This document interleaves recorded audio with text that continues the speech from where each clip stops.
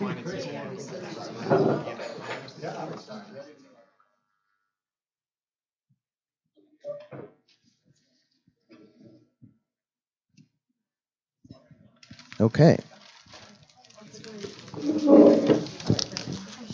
It's on. And there is no sound, it's just for the camera. Oh, right, okay. Yeah, but then that's one. Oh, the top one's switchgrass, then switchwort, and then in the middle agave. You see, my wife, she's a plant geneticist at the Swedish Agricultural University. She worked with Salic genetics. So I've seen her on pictures very much Similar like that picture. one. Right. Okay, so now I think we can start now. So welcome to today's lunchtime talk. We're very happy to have a visitor from the U.S., Professor Lee Lynd from Dartmouth College, but he wears actually many hats in addition to that. He actually, and we are also fortunate that he is an advisor for our bioeconomy initiative at SCI. We have a number of online viewers as well today, so greetings to them.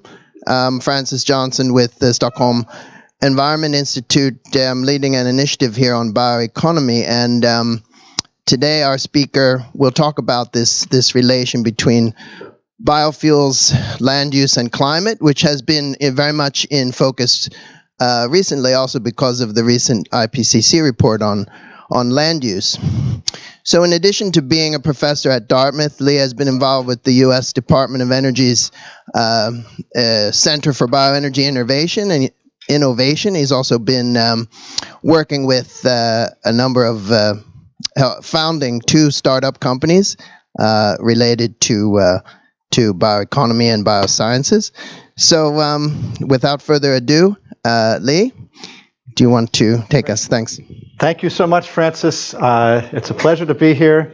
I was here in June as to participate in the bioeconomy initiative, and I don't feel obliged to butter you up, but frankly, I was truly inspired by many of the things I see happening in Sweden, which I think are a relevant example for the rest of the world. I'm sure from the inside it doesn't all look perfect, but from the outside, I think you're getting a lot of things right. So, I apologize that I will be covering a fair amount of ground and maybe not going into all of the detail I could on each piece, and I'll just get on with it. I want to say a little bit about sort of the need and the opportunity and the context I see in terms, starting with people, in terms of sustainable development goals. Here is some data from Marcia Azania in Brazil. And I don't want to go through every point, but they have 500,000 sugarcane and ethanol workers in Brazil. The workers in that sector get higher wages, education, and mobility compared to the average for agriculture, and their children do better than their parents do. You have higher tax revenue, more investment in education and social services in communities after a Brazilian ethanol plant comes to a community than before or than compared to otherwise similar communities. So, Brazil didn't set out to do biofuels for their social benefits, and they don't think they're perfect, but it's the consensus in Brazil that those social benefits haven't, in fact, been achieved. That doesn't cover all countries and all mobility paths for sure. It's just an example. Let's take another one. This is work led by my good friend Horta Nogueira from Brazil. And so we said, well, what are the impacts of investing a given amount of money? It must have initially been in another currency or changed because of time, because it comes up to this odd value of 12.7 billion, which is more than I have in my pocket. But in any case, what if $12.7 billion were invested over 25 years in much of today's sugarcane bioenergy, not some hypothetical thing in the future, although I love to talk about those, compared to essentially offshore gas for the country of Mozambique? Keep in mind, offshore gas investment is happening in Mozambique big time, and bioenergy is largely not. Interestingly, well, maybe not surprisingly, you get 4-fold lower greenhouse gas emissions from the investing in sugarcane bioenergy.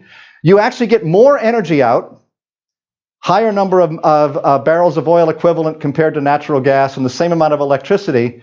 But when you do input-output analysis and you look at the indirect effects through the economy, you get 8-fold more tax revenue from the bioenergy, you get 4.5-fold GDP contribution, and you get 36-fold more jobs.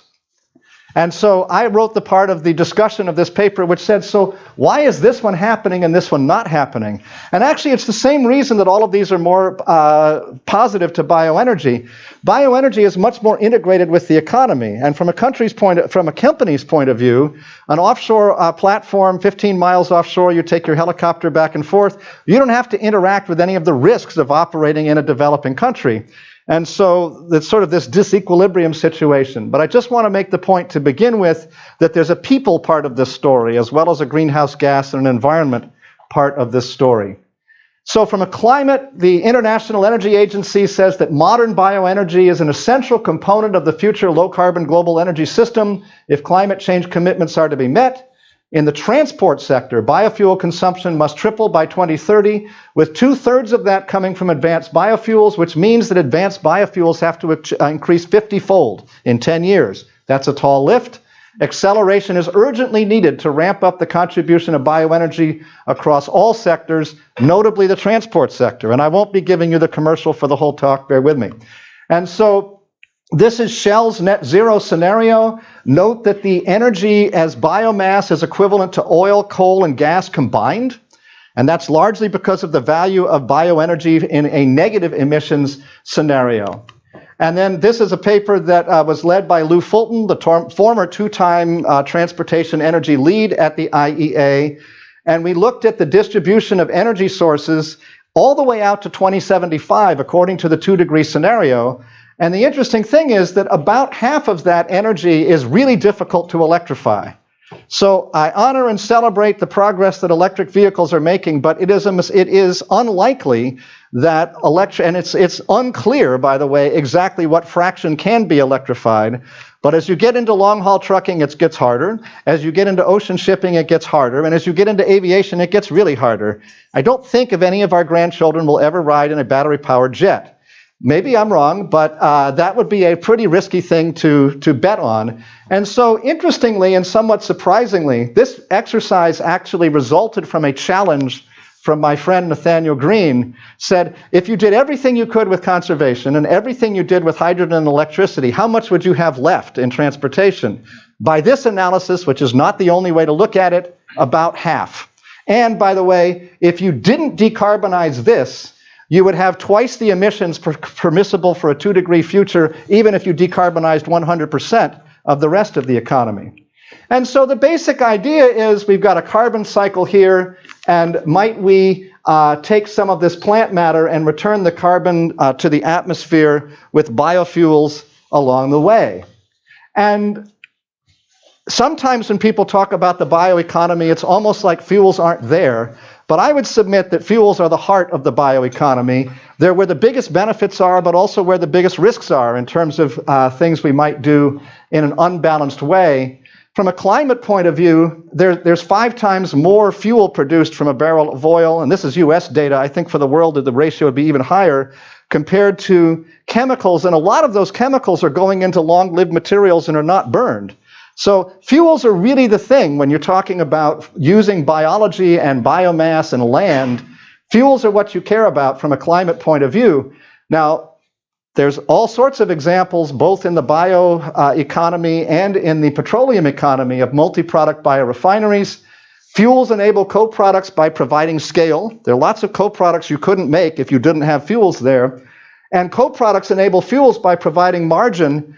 And in my opinion, mistakenly, people too often at least talk about starting with the high-value products and low-volume ones and then gradually getting to fuels. Historically, it's more often gone the other way. That first we've done the fuels and then we've done the higher margin products. That's been true for petroleum, it's been true for coal, it's been true for corn. So my perspective is that the last decade has been an unmitigated disaster for the second-generation biofuel field, although there were great expectations. This is global investment in biofuels, wind and PV. You see that in about 2006, they were all about the same. and biofuels globally has gone down essentially to zero. It's not flatlined, it's gone to zero. This may not look that high, but $26 billion of annual investment is not a small number, and it's way smaller than that now. And so I think there are two reasons for that. One is that technological readiness was overestimated. And I wrote a paper on this, not that that makes it any more true, but anyway, entrepreneurs, investors, and governments believed that big things could be done fast with technology in hand, and hence invested in large projects rather than technology development. The idea was we have the technology we need. I could tell you stories from my own entrepreneurial experience, but we don't have time. I'm not going to say one more word about this in my slides, but I do want to sort of underline this point. There are alternative ways to make cellulosic biofuels from the ways that we have tried and largely failed to do it over the last decade that have very, very different opportunities to succeed and fail and have the potential for radically better economics. I love to talk about that talk, but Francis convinced me that putting them both together would have been a big mistake, and I think you're probably right, Francis. The second reason, though, is concerns about the sustainability of biomass feedstocks at large scale. This has led to decreased expectations and support, and these two problems or concerns or doubts multiply each other. There are parties that if it were only the technology could say, look, I'll go forward on that, but if I've also got to do this reputational risk of having people, my board members or the public, tell me that I'm sort of moving things in the wrong direction, that's just too much for me. There are parties that can approach the sustainable supply chain, but they kind of say, well, but is there any economic story here? And so it makes it difficult that you've got these twin challenges. I'm going to talk today only about this challenge, okay? So let's talk a little bit about land. This is a study that a graduate student who works with me, Andrew Ali, is doing. We asked, on what does food security depend? And we took a statistical approach. We took the Global Food Security Index, which is not compiled by us, and we looked at it as a function of land quality.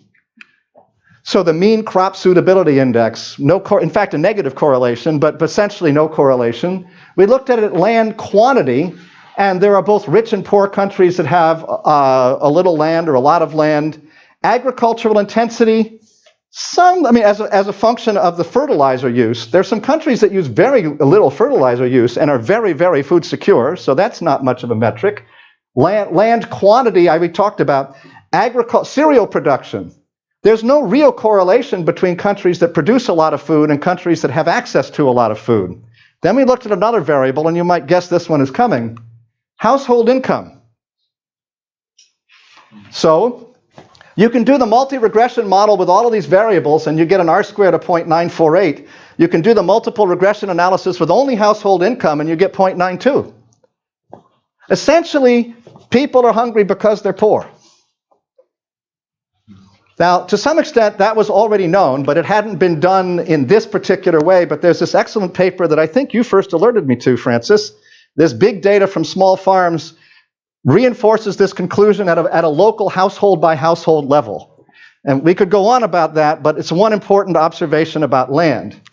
So I'm in love with the global calculator. If you care about climate and its relation to everything else, I heartily recommend it.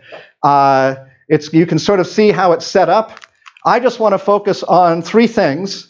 So I should say, for each one of these variables, so for example, for diet, there's four different levels. There's several sub-variables, and you can set the level of effort from 1, which means essentially something like the current effort that you could go a long time talking about the calibration, and 4 is truly heroic effort, all right?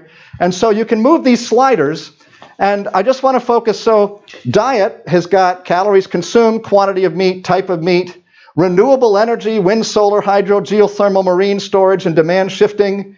And then land use, which is separate from diet. After accounting for food production, what fraction of surplus land is used for bioenergy versus regeneration of forest and grassland?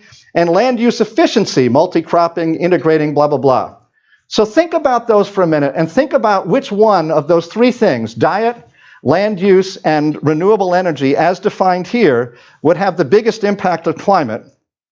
And then also compare your own expectation to what the general consensus is. I've been to dozens of meetings about addressing climate change that have talked only about energy supply. And one of the I usually show this slide at those meetings because I'm like, there's more to it than that. In fact, we looked at the impact of going from level 1 to level 4 for all the diet levers, land use, and renewable energy. And by this particular construct, which is not the only way to look at it, diet has the biggest impact, land use, which is second, has the second biggest impact, and renewable energy has the third. That's not the way we usually talk about the climate challenge. So here's another thought. I'm glad to share these slides with you. So, I mean, you can take pictures if you like, but if you want me to send them to you, or I'll send them to Francis, you can get them that way too. So none of this is intended to be a quick look that you didn't have time to look at and therefore not really sort of kick the tires or whatever. But I know I'm going quickly. This is a construct I come up with. It's sort of a cumulative food supply curve. So what's on the left is the percentage of food production from a given land area.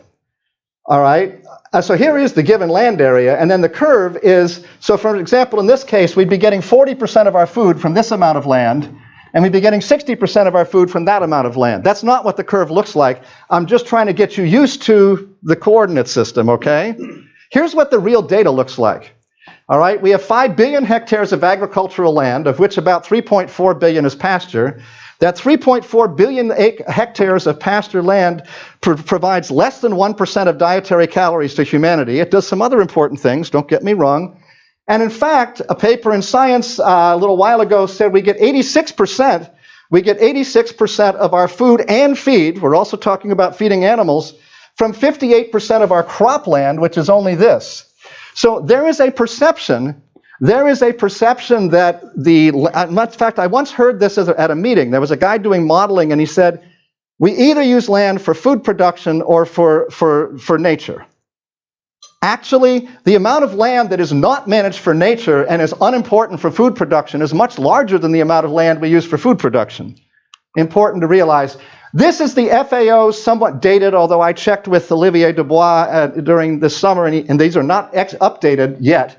These are the FAO's estimates for both the amount of high quality and not so high quality cropland that we could use, and this is what they think we will use in 2050. Now, if you find the idea that there's lots and lots of land beyond what's needed for food counterintuitive, you may be right. There are lots of people who would argue it differently, and what I'm going to get to at the end is not based on this argument, which I actually think is a losing argument from the point of view of convincing people, but nevertheless, if you actually objectively look at how fully we are utilizing our land, I think the answer is not as fully as we sometimes talk as if that's true. Here's another indication. I actually had breakfast with the lead author of this, who's a Brazilian.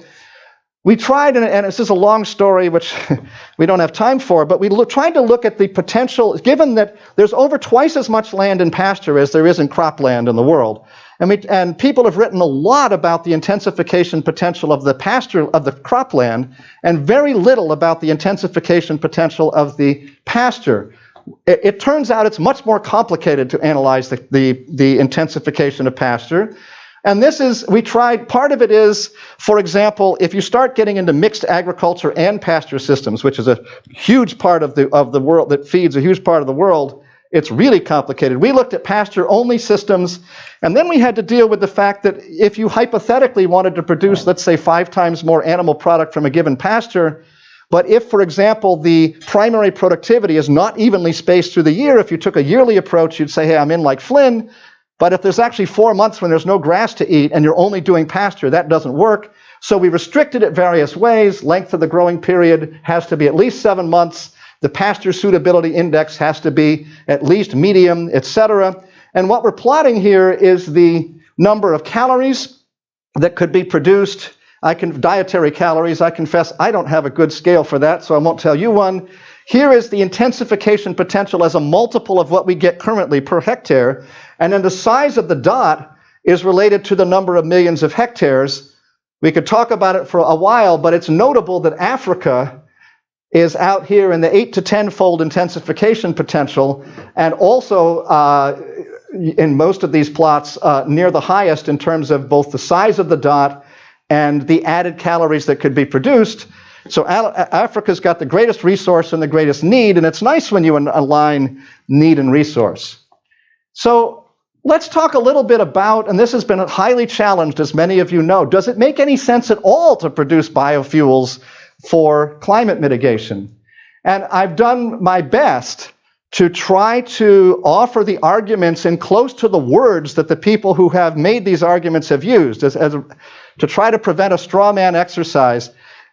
And my point is not that there's nothing to the arguments, but my point is that all of these arguments against the climate merit of biofuels are avoidable. None of them are necessarily true. And so let's go through it. There's the indirect or induced land use change, or ILUC argument. The idea, I'm trying to state it fairly, is that displacement of food production on agricultural land leads to land use change elsewhere, which leads to greenhouse gas emissions. You've probably seen Searchinger's paper. Interestingly, the current estimates of ILUC, assuming no value to, basically that you didn't care about carbon, for cellulosic crops, which is what I'm going to be talking about, are essentially zero. And so this is from a paper that a lot of this section is on. So negative here actually means that you have less emissions when you grow cellulosic biofuels. Positive means that you have more emissions. It's pretty well centered around zero. So actually, current understanding, that's actually simply not a big number. It's close to a wash. And that's assuming you don't care about carbon. If you actually grew bioenergy crops as if you did care about carbon, you could do a great deal better than that, because there's some deforestation in there, which has a big negative factor. There's this carbon debt argument, which is that the forest harvest for bioenergy results in a large carbon debt that must be repaid before mitigation is realized. Well, if you start with pasture or cropland, then you don't start with a big carbon inventory, so that argument's not relevant. But let's assume you do start with that you're going to talk about forest now, that land's already forest, so you have a supply chain. And as you realize in Sweden, so this is coals to Newcastle, right? It is not only theoretically possible, but arguably largely happening, and I'm betting there are people in this room who know more about this than I do, especially for your country, that essentially the amount of CO2 that you return to the atmosphere in the course of your energy production is the same amount that in the year, looking at it as a composite system, you removed. And that doesn't satisfy some people, because the other argument that's made, which I will acknowledge, which we'll get to in a minute, is, so what if you just left this here and accumulated carbon as opposed to harvesting it? And that gets to the opportunity cost argument, which I didn't spell right. Restoration of native vegetation has equal or greater mitigation potential than bioenergy deployment. We've looked very hard at this. We have a paper in review. I won't tell you which high-level journal, because as you know, with high-level journals, you often don't get the first one, but nevertheless, this has been submitted after a long, long time. This will give you an idea. We could spend the whole time on this, and maybe should, but so here's years since conversion, and here's cumulative mitigation. So in the first plot, the land we start with, which is one of the key variables, is cropland or pasture land. This is today's biofuel tech. We did cellulosic biomass to ethanol with today's technology. We could have done something else. A lot of this analysis is applicable to other things, but we wanted to give it some specificity. This is future cellulosic ethanol technology. And all of this is per hectare. The greenhouse gas benefits per hectare are much higher with future technology, because we anticipate that both the tons per hectare and the fuel per ton is going to increase, and they multiply. The third one is future technology with carbon capture and storage. It turns out that at least half of the CO2, of the carbon that's originally in biomass, is actually available at the processing facility for putting in the ground. There is this notion that for mobility you can't do carbon capture and storage. That's true about the tailpipe. It's not true for the other. Now this is native vegetation restoration. This is if what would grow is grass. Almost nothing. This is if forest would grow, and the different lines are for both cropland and pasture land, and we did 3 specific sites, which is not everything, but it gives you an idea of variation. So you can see that some of these bioenergy scenarios, starting off on cropland or pasture land, are much better than the native restoration. This is if you start with a forest, and in our particular case, you clear the forest and you plant switchgrass and you make ethanol, 50 years later, you're not back to where you started. If you have advanced technology but without CCS, that looks much better. Interestingly, if you have CCS, you actually do better than the forest from the beginning. And this is from an individual site, which is the most critical way to look at it. If you look at it a landscape way and you say, well, I've got lots of other hectares which are consuming CO2, this would look better, okay? So interestingly, as a function, if you look at the ratio of greenhouse gas mitigation for cellulosic ethanol versus restoration of native vegetation, if native vegetation is forest and you have current technology, it's 1-to-1. If native vegetation is grassland and you have current conversion technology, it's 3-to-1. With advanced technology compared to forest, it's 5-to-1 in favor of biofuels. And with advanced technology in a place that would grow grass as the alternative, it's 14-to-1. So we're hoping that we think this analysis is much deeper than this was done with the lead carbon capture, two of the lead ecosystem carbon storage people for the IPCC. I'm not the expert behind many of these numbers. We believe this may really reframe the debate about the idea that the best thing you can do is to not manage anything and just grow biomass and let native restoration happen. Now, I showed you the upper part of this graph before, which is literature estimates of indirect land use change. And then now look at these large positive terms having to do with what land you choose to use, technology improvement, and CCS implementation. So basically, in all the brouhaha over ILUC, at least with respect to cellulosic biofuels, we've been focusing on the little stuff and ignoring the big stuff. The last thing I want to talk to you about is, and this is very new work, there's many dots that aren't connected. I think what's more important here is the line of thought. I think the conclusions are early, but I think the line of thought is very important. And it has to do with this idea of non-competitive cellulosic biomass supply chains. And I'll explain what I mean on this slide by non-competitive, so stay with me here. A reasonable framing for many purposes is we have two classes of biofuel feedstocks. We can take land and have biofuel feedstocks be our primary use for the land, or we can use the land primarily for something else, and we can so-called residues. I'd like to particularly focus your attention on agricultural residues, although forestry residues are also important, but they're a little different. Whoops, let's go forward. In general, that'd be a good thing. So, a common bioenergy position, which I and others have made, is, you can take a substantial fraction of those agricultural residues and you could make biofuels and you could still keep constant soil carbon. On the other hand, I have lots of friends in the environmental community and I've worked with them closely, and their answer is, yeah, but from my point of view, that's not as good as putting the residues in the soil. This is fundamentally extractive. You're removing organic matter that could be in the soil. And therefore, then let's go to dedicated feedstocks. It's obvious to say all use of land, primarily for bioenergy, will affect things we value. Not necessarily negatively affect, but it will affect food production and prices, ecosystem services, habitat and biodiversity. What will happen with already marginalized populations? What are the indirect effects? The pro-bioenergy position, which I and others have made, is, this opportunity is much bigger than energy supply. With all of those connections, with care and integrated management, we can manage all this stuff for positive outcomes. And the more negative view, which I happen to have heard from both Tim Sertinger and Amory Lovins in different times in my life, is, Lee? We don't always act with care and integrated management, and there's a lot of stuff I like that's at risk here. And I think you've all heard versions of that argument.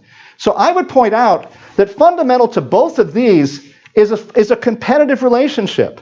When you talk about agricultural residues, it competes with soil fertility, which is a value. At least this is the perception. And when you talk about dedicated feedstocks, basically it competes with about half of the Sustainable Development Goals, if you look at it that way. And so the widespread understanding that all cellulosic biomass supply chains compete with other priorities has stymied support for this. Okay? I think many people would say there are no non-competitive supply chains, at least that are big enough to matter. So, as a thought experiment, let me try to present you with one. I'm not saying it's the only one, I'm not saying it's the best one, and I'm going to make some specifications. We need to avoid land competition. So if that's your problem, I don't think you'll have no new land, okay? I want to have substantial negative greenhouse gas emissions. I want the climate to be better because we're doing this than it would be if we didn't. I want to have soil fertility and nutrient retention better than the status quo, and I still want it big enough to be matter on the scale of climate change. Okay? If we could do that, even as an example, as a counterexample to the perception that this doesn't exist, that would be significant. Well, as a conceptual exercise, and I'm not going to go through all of this, but just realize the accounting changes and the material flows change as you go along, so you can imagine the exercise. As a conceptual exercise, I can say, fine, I'll just use crop residues or double crops. I'm not going to use any new land in my thought experiment. What about negative emissions? Well, instead of using fossil fuels to distribute the fuel and for the feedstock production, we could, at least in theory, for the sake of looking towards the future, just as we imagine with electric vehicles, we will someday have decarbonized electricity grids, and you already do in Sweden, congratulations, I mean that.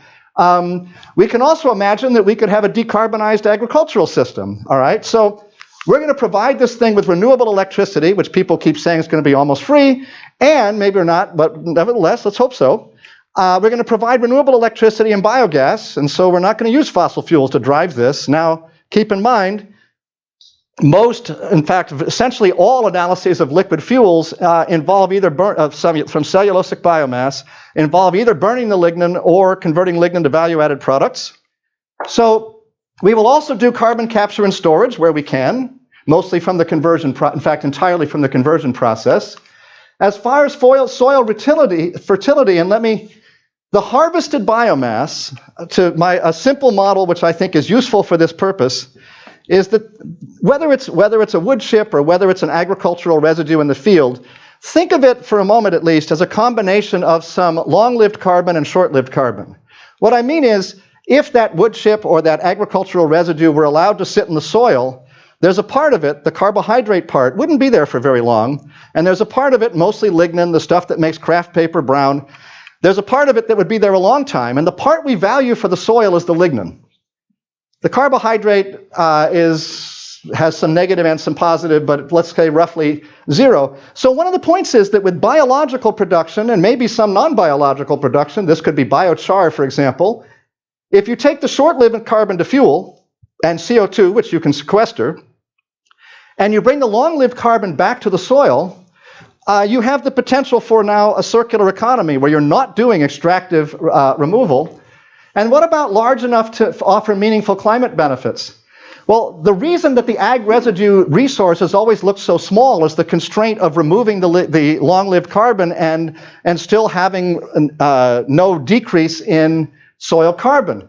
Actually, there's estimated that the global supply of ag residues is about 85 exajoules.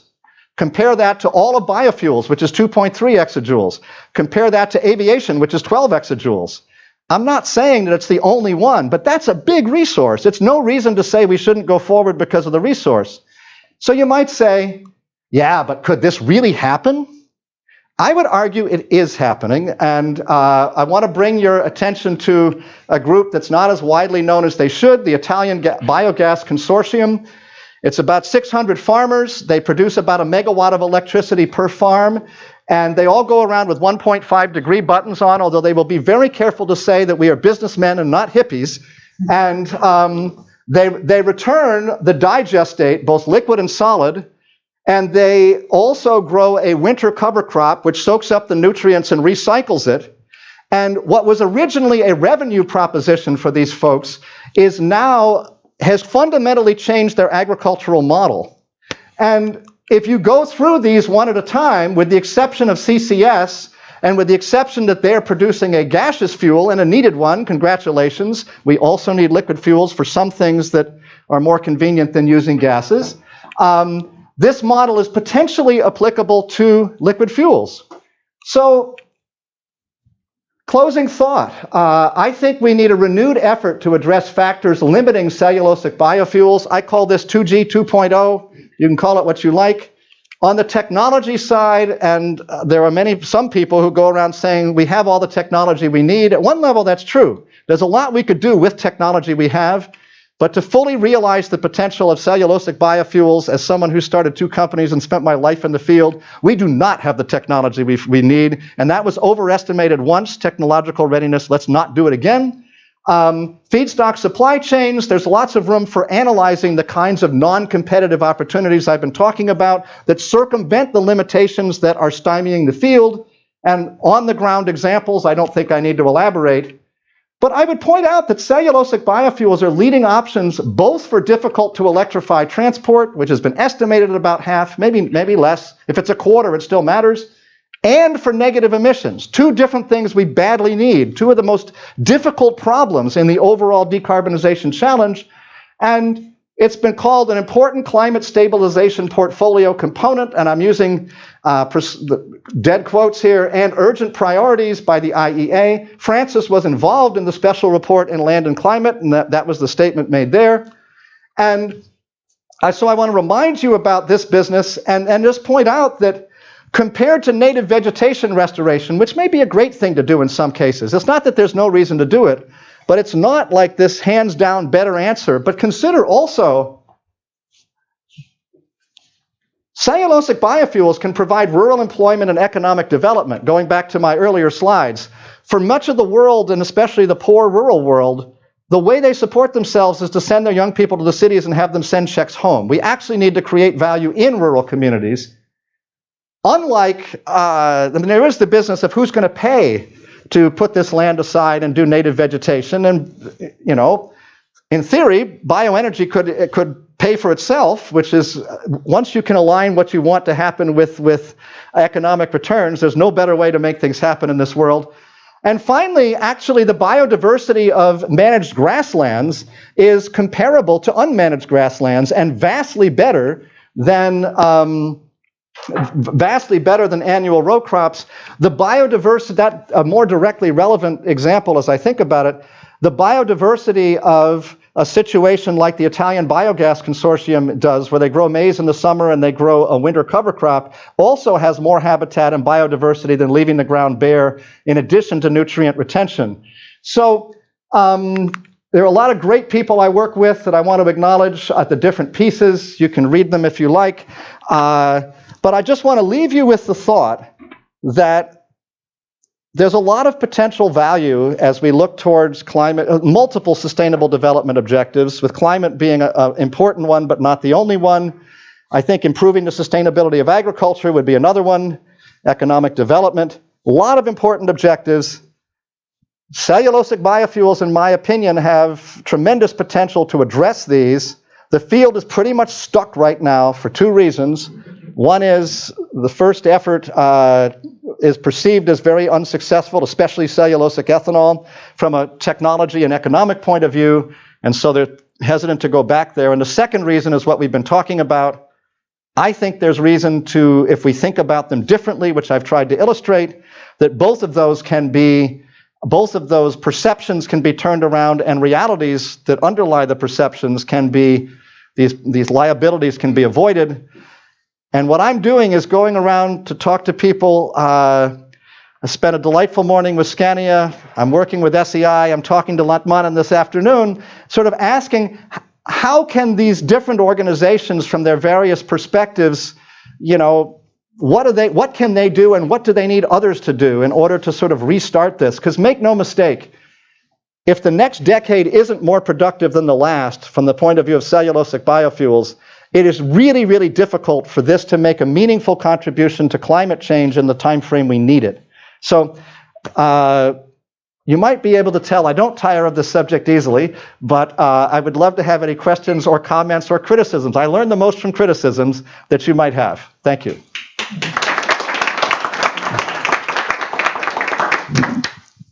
Thanks a lot, Lee. Very inspiring talk. Do we normally start questions here and then go to the online questions, right? Okay. So yeah. Okay. So let's go right into some questions from our audience here, and then we'll go to a few online questions.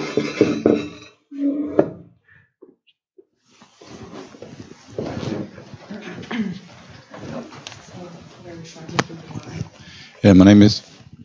It's turned off. It's just for the benefit of the others. Hello, my name is David Bowner. I'm from a company called Renetech, Renewable Energy Technologies. We have a question. You've discussed many different ways to process biofuels from a feedstock, and I wonder if you've looked into and have any comment on gasification, methanation of different kinds of feedstocks. If that would be less efficient or more efficient or suitable or and the like.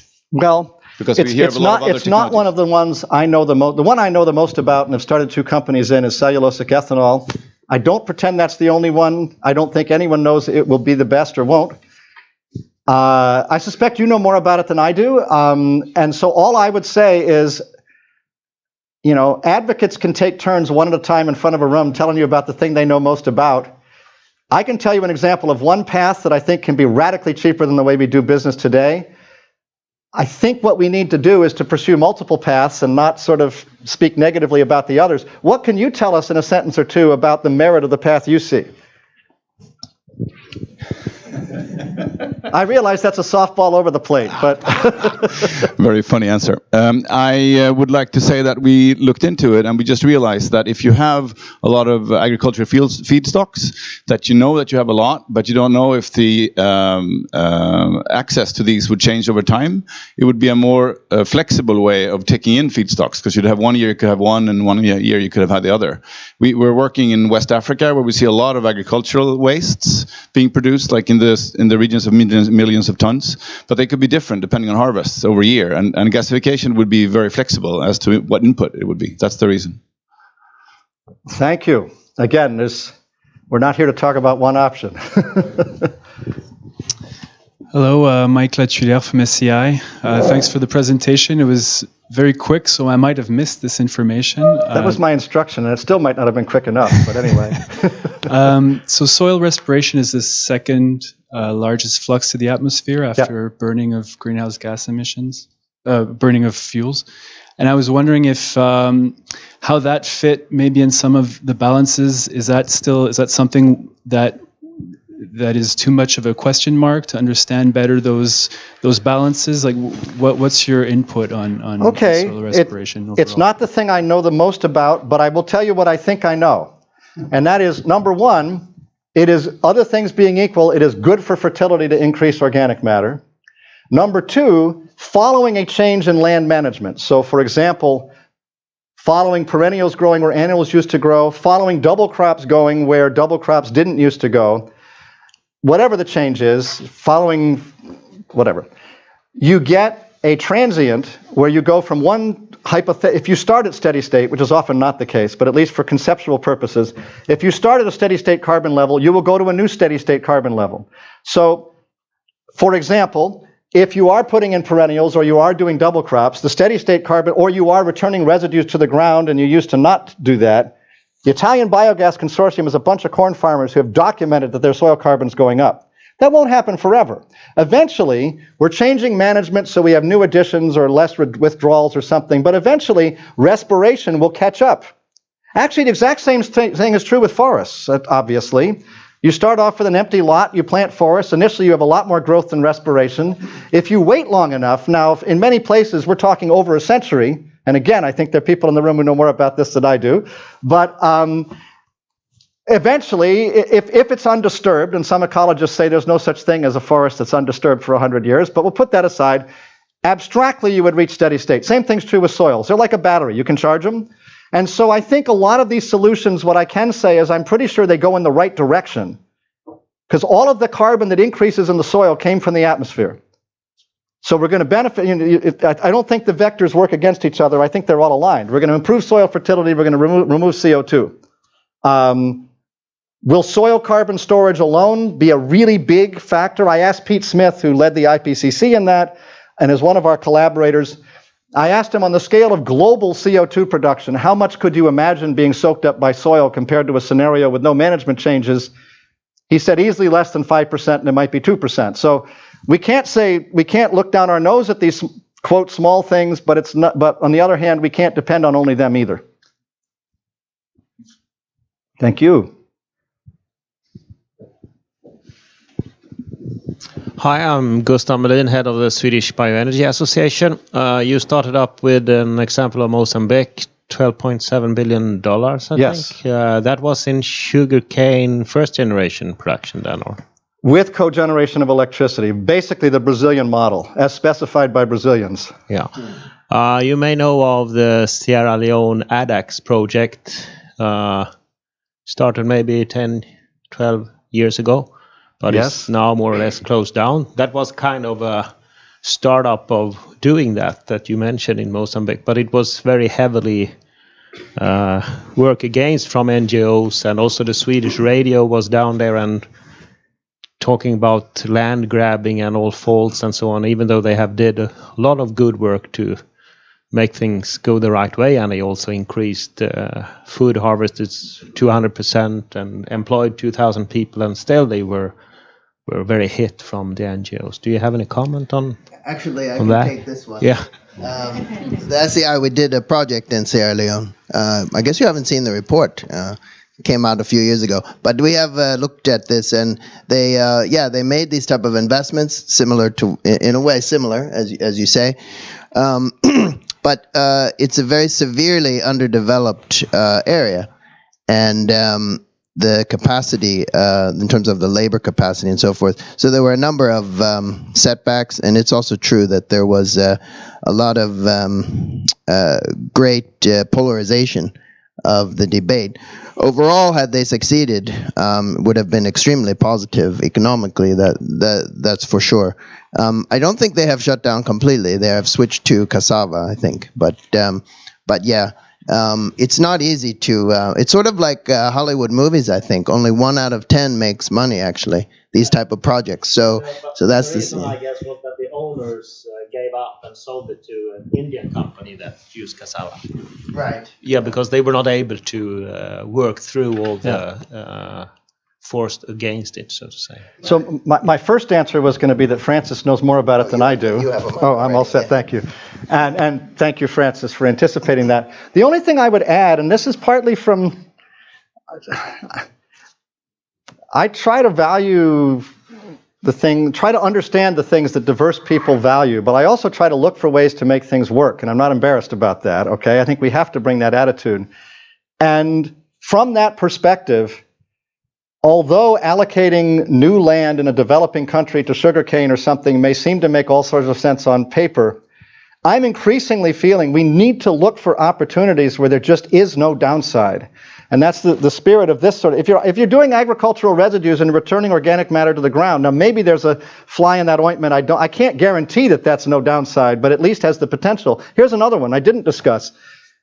As people apply precision agriculture to just field agriculture, they find in many areas surprisingly large parts of fields lose money most years, and on average lose money over 10 years. These are not the benefit of any farmer to plant. And interestingly, they tend to be co-correlated very strongly with the areas that you'd really like to take out of production from the point of view of whether it's surface water quality or erosion or whatnot.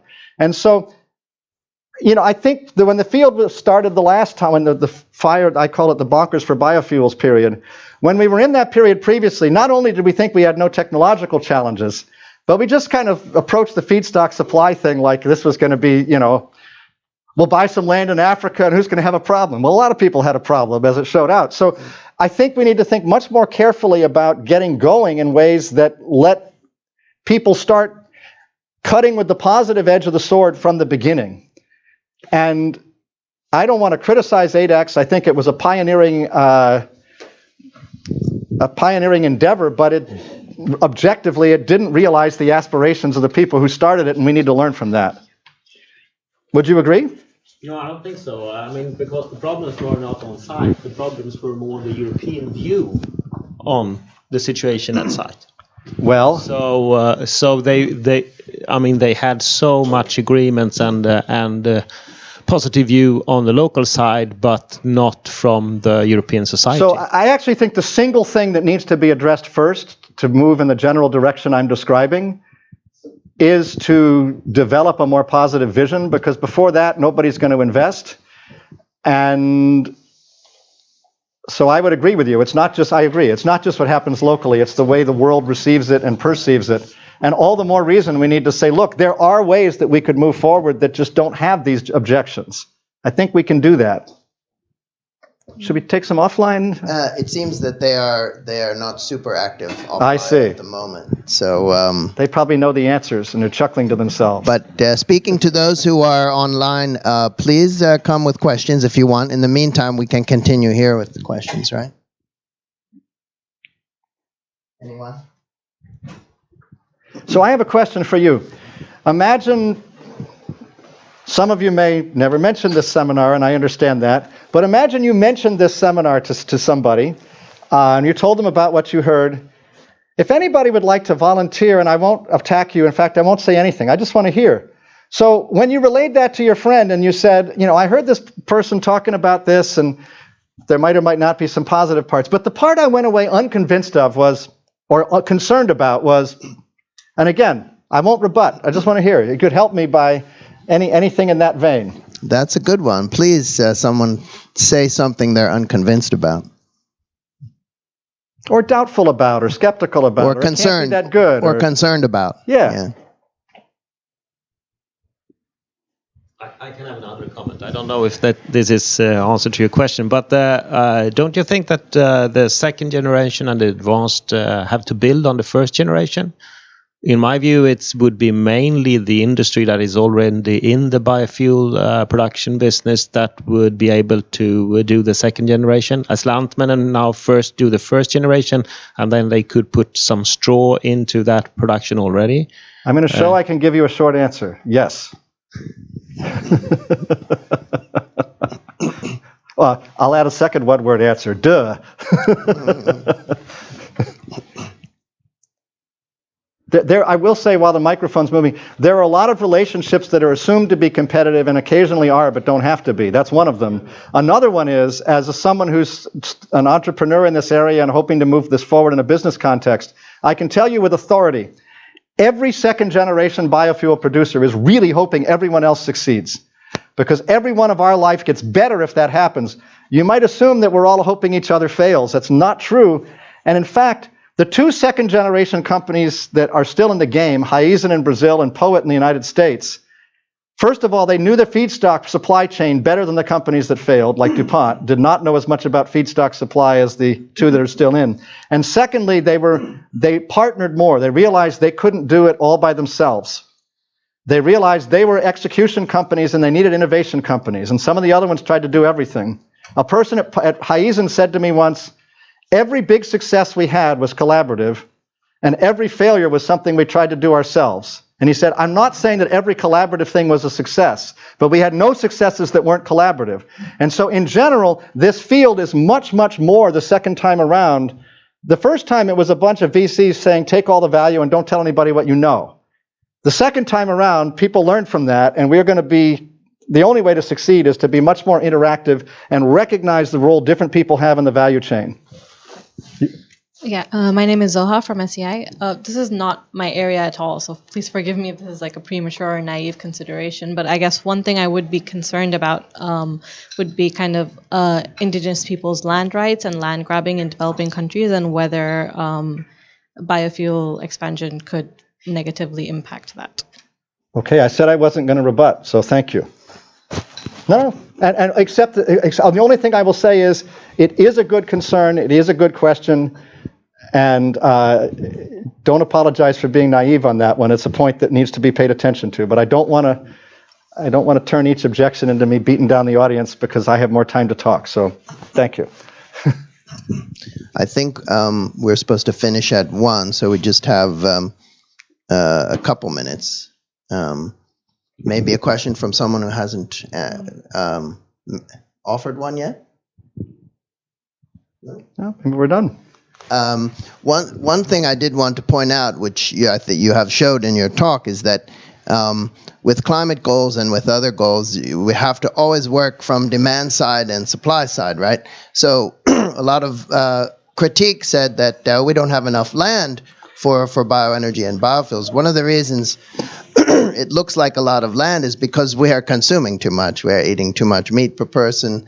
We are driving too much per person, etc. So I think an important part of the argument is to remember that we have to work both on demand and supply sides. That by itself cannot make a significant enough of a contribution. Well, and it goes further than that, because the land we do use, we don't use particularly efficiently. And it's sort of like, well, and you've made this point this morning, Francis. So like, well, in the context of using land really inefficiently, we don't have a lot more. Well, the obvious answer is to use land more efficiently, and then you can do other things with it, as opposed to say, no, by gum, we're going to stick with that inefficient system. That's what we believe in. I mean, it's a pretty hard argument to make. Thank you all very much for your time. I know it's valuable and have other things.